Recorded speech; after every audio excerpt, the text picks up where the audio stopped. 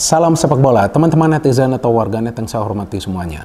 Welcome back ke konten terbaru dari channel YouTube Triple B. Dan di konten kedua hari ini, saya ingin memberikan analisa dari pertandingan Timnas Indonesia U20 versus Yaman U20 yang berakhir dengan hasil imbang 1-1. Dengan hasil akhir ini, teman-teman, berarti Timnas Indonesia U20 mengakhiri perjuangan mereka di babak penyisihan Piala Asia U20 sebagai juara grup dari grup F. Dengan demikian, Timnas Indonesia U20 kita akan kembali bermain di Piala Asia yang tahun depan akan diselenggarakan di China pada bulan Februari.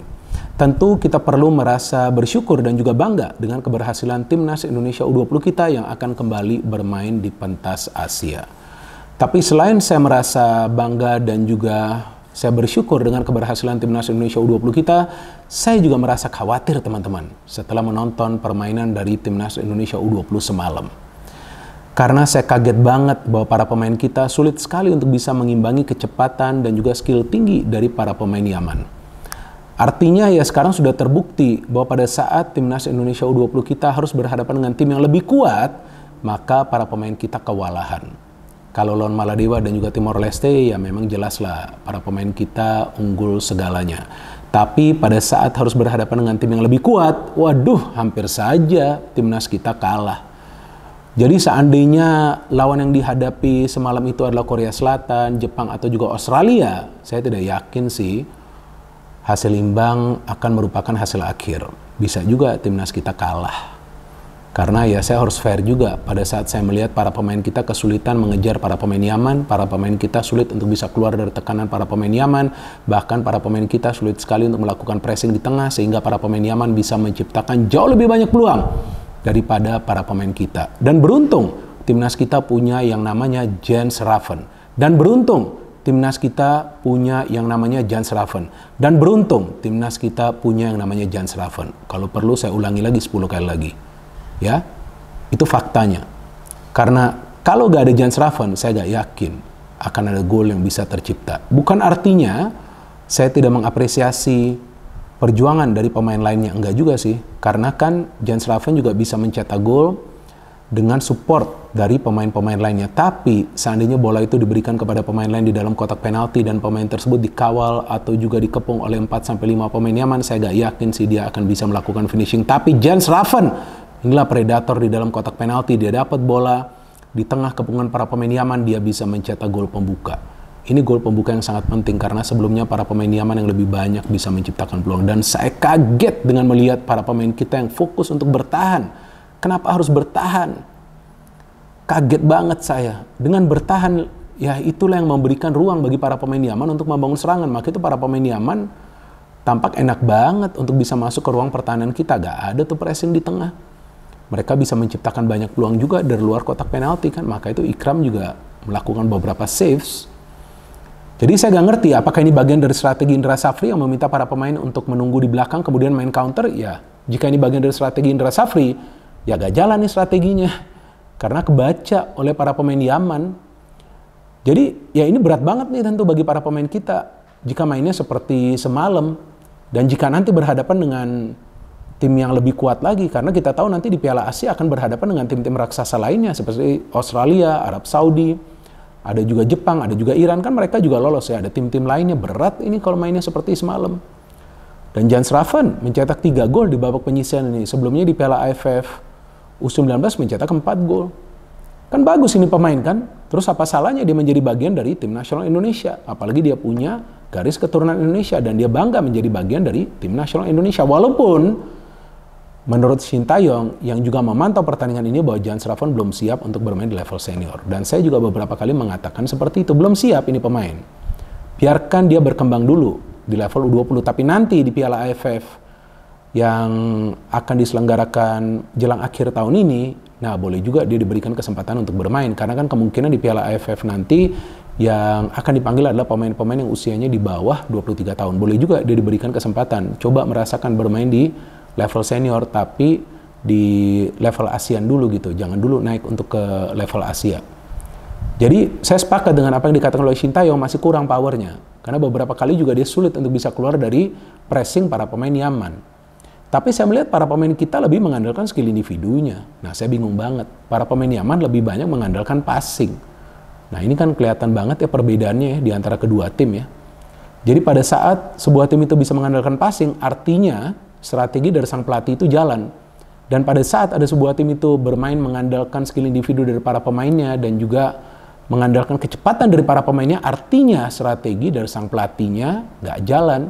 Atau mungkin juga nggak ada strategi, hanya mengandalkan skill individu dari para pemainnya. Jadi saya bingung banget nih, kenapa mainnya bisa seperti itu. Saya kira lawan Yaman ya paling tidak memberikan perlawanan, berani bermain menyerang di 45 menit babak pertama. Kenapa harus takut? Yaman kan nggak sekuat seperti Jepang atau Korea atau juga Australia, apalagi kita bermain di tanah air. Jadi pada saat para pemain Yaman nggak mendapatkan gangguan di pertahanan mereka, ya mereka enak saja keluar menyerang.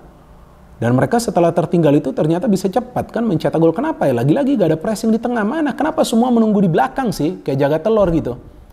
Kenapa harus nunggu di belakang? Ayo dong press ke tengah. Saya kecewa banget nonton permainan dari Timnas Indonesia U20 semalam. Support sih saya tetap support, tapi kan gak ada salahnya juga jika saya kritis. Tapi mana yang biasa kritis kepada Shin Tae-yong? Kenapa sekarang saya tidak mendengar suara-suara yang kritis terhadap permainan dari Timnas Indonesia U20? Kenapa gak ada yang kritis? Ya kan? Kita boleh kritik, tapi kita juga jangan menghina atau juga menghujat. Saya kan kritik, karena saya bingung banget kenapa permainannya monoton semalam. Kelihatan banget, kasih ke sayap, pemain di sayap main cepat, udah main cepat, kasih crossing ke dalam kotak penalti, sudah kebaca permainan dari Timnas Indonesia U20. Kalau mainnya seperti ini, dibantai habis kita di Piala Asia U20. Jadi poinnya bukan untuk menambah pemain baru, apakah itu pemain diaspora atau juga pemain lokal, enggak. Poinnya adalah untuk bermain dengan strategi sesuai dengan kemampuan para pemain kita yang berada di tim. Apa kemampuan para pemain kita? Kemampuan para pemain kita yang pertama berani melakukan pressing. Artinya ayo pressing lebih tinggi. Yang kedua punya kecepatan. Kecepatan itu tidak harus selalu dimaksimalkan dari kedua sektor flank. Tapi bisa juga dari tengah. Tony Firmansyah pemain tengah tapi bergeraknya juga ke sektor flank. Nah saya nggak ngerti nih. Apakah ini bagian dari strategi Indra Safri? Ya memang dia adalah pelatih yang berhasil 3 kali membawa Timnas Indonesia U20 kita lolos ke Piala Asia. Tapi kan poinnya sekarang atau targetnya adalah untuk lolos ke Piala Dunia. Kalau mainnya seperti semalam, gimana caranya bisa lolos ke Piala Dunia? Ya kan? Sulit banget kalau cara permainannya seperti itu. Ya betul, sekarang ada juga beberapa pemain diaspora yang akan dinaturalisasi, bagus, tapi mereka juga harus mendapatkan petunjuk dong. Atau juga bimbingan dari sang pelatih, harus mainnya seperti apa. Kalau mereka dilepas begitu saja, ya seperti semalam permainannya. Lawan Maladewa memang main bagus, lawan Timor Leste juga bisa menang ya karena memang lawannya adalah tim yang lemah. Tapi pada saat ketemu tim yang kuat, wah kelihatan keteteran para pemain kita. Ya faktanya seperti itu. Cuman kan bukan berarti kita tidak support. Saya selalu support. Cuman saya juga harus kritis. Artinya jangan juga para pemain kita ini terlena. Jangan juga para pemain kita cepat puas dengan berhasil lolos ke Piala Asia. Tapi ayo introspeksi juga dengan permainan. Benahi lagi permainan. Kalau mereka tidak mengerti peran mereka harus bertanya kepada sang pelatih. Padahal ini pelatihnya kan bukan satu. Ada juga Bima Sakti. Ini sudah ada 2 pelatih loh. Bima Sakti kan juga sebelumnya merupakan pelatih dari Timnas Indonesia U17. Nah artinya sudah ada 2 pelatih di Timnas Indonesia U20. Nah mereka harus bersatu untuk bisa membuat skema permainan yang lebih bervariatif lagi. Kalau nggak kreatif sama sekali, kebaca banget. Kasih flank, crossing. Aduh, saya nggak ngerti kenapa mainnya seperti ini. Tapi ya udah, paling tidak para pemain kita bisa mendapatkan hasil imbang. Daripada kalah, ya mungkin juga itu adalah target hasil imbang. Karena dengan hasil imbang kan bisa lolos. Sebab unggul dari segi selisih gol. Tapi Jan Slaven ini memang pemain yang beda. Luar biasa. Dia memang pemain yang punya skill tinggi, dia pemain yang punya power, dia pemain yang punya fisik. Ya, dan juga kita lihat walaupun powernya belum cukup untuk bermain di level senior, tapi paling tidak untuk di level U20 dia sudah pemain yang bagus.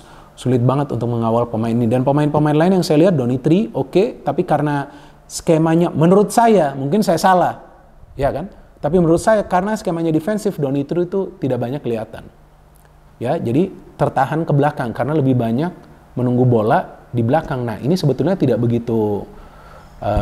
begitu jalan dengan baik bagi para pemain karena mereka tampaknya sulit untuk bisa bermain super defensif kemudian hanya main counter. Ya mungkin juga ini adalah bagian dari strategi baru dari Indra Safri. Tapi ya udah, yang penting kan bisa mendapatkan hasil imbang karena Target pertamanya adalah yang penting lolos ke Piala Asia U20 dulu, dan setelah itu lolos ke Piala Dunia. Tentu kita sebagai pemain ke-12 perlu support, tapi tidak ada salahnya juga jika kita kritis dengan permainan timnas kita. Apakah itu di level senior, U20 atau juga U17, tetapi kritis kita itu harus sesuai dengan data dan fakta. Seperti yang tadi saya jelaskan, datanya adalah timnas kita tidak bisa banyak menciptakan peluang dari dalam kotak penalti pertahanan tim lawan, dan faktanya adalah timnas kita kewalahan lawan Yaman yang sebetulnya bukanlah tim yang sekuat Jepang, Australia, Arab Saudi, atau Korea Selatan, atau juga Iran di level Asia. Tapi kita semua tetap perlu support timnas Indonesia U20, dan kita harapkan yang terbaik dengan tentunya skema permainan yang lebih menarik lagi agar bisa mencapai target untuk lolos ke Piala Dunia. Kita semua sebagai pemain ke-12 teman-teman harus tetap memberikan narasi-narasi yang positif. Jika Anda ingin kritik, tidak ada yang melarangnya, tapi kritiklah dengan bijak. Jika Anda ingin mengapresiasi, ya mengapresiasilah juga dengan bijak, dengan memberikan fakta-fakta yang memang sesuai dengan kejadian. Jadi teman-teman, kita tunggu saja nanti pertandingan dari timnas Indonesia senior yang akan dimainkan. Kita tahu mulai dari pertandingan pertama lawan Bahrain dan kemudian lawan China. No hate, no politics, only football. Salam sepak bola.